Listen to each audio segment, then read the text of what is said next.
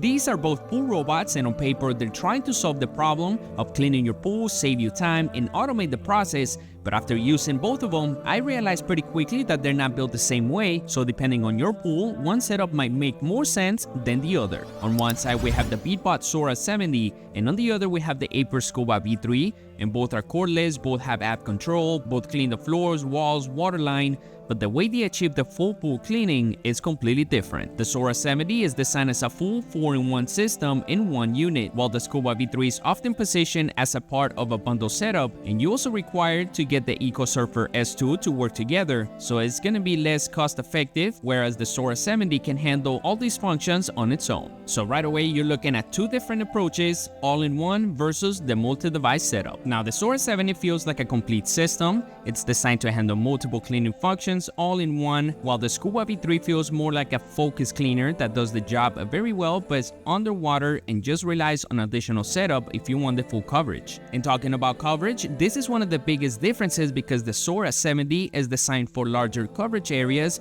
up to around 3,200 square feet, while the Scuba V3 is closer to around 1,600 square feet, and depending on your pool size, that difference can definitely matter. Moving on to surface cleaning and system design, because this is where the SORA 70 stands out in terms of setup.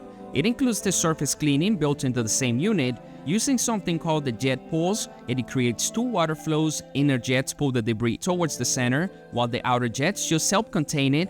So instead of just collecting debris, it controls how it moves across the surface. And with the Scuba V3, the surface cleaning is handled separately once you pair it with the EcoSurfer S2, so both can achieve the similar results, but the setup is different. And when it comes to the shallow areas and flexibility, the SORA 70 can also handle the shallow platforms as long as the water depth is around 20 centimeters or more, which adds flexibility for more complex pool layouts, and the Scuba V3 is more focused on standard pool structures. While the Scuba V3 is designed primarily for in-ground pools, so depending on your setup, this can narrow your options quickly. Now looking at the hardware differences like power, battery, and capacity, the SORA 70 has larger battery capacity, around 10,000 mAh compared to 8,000 mAh, and it also holds more debris, around 6 liters compared to 3.5 liters, so for longer cleaning sessions, you might need to empty it less often. Filtration is another important factor, and this is handled slightly different. The SORA 70 uses around 150 micron filtration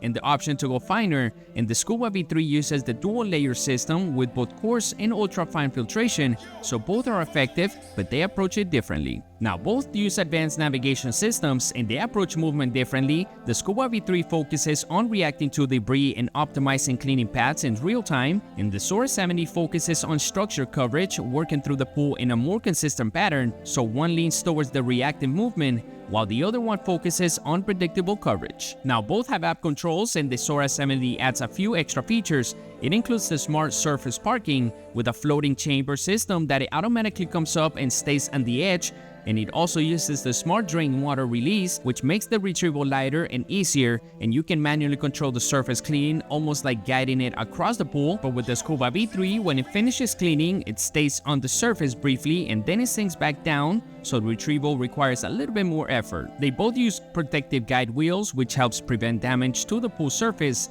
Charging is handled differently. The SORA 70 uses sealed charging system, while the Scuba V3 uses the wireless charging with exposed contact points. And using both of these, the difference shows up after the cleaning cycle because the SORA 70 feels more complete, it handles more tasks in one system, and it requires less follow-up, while the V3 feels more focused and it performs very well underwater, but it might require additional setup for the full coverage. So which one should you get?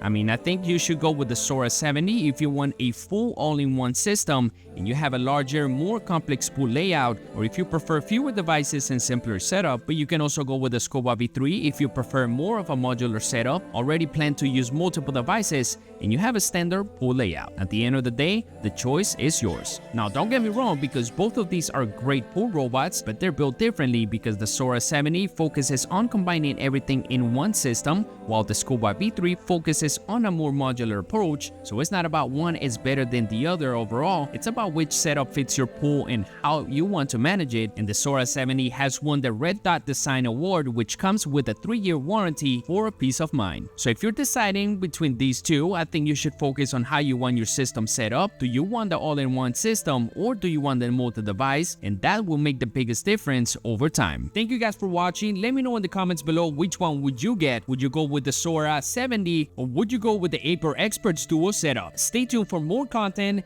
like, subscribe, and I will see you on the next video.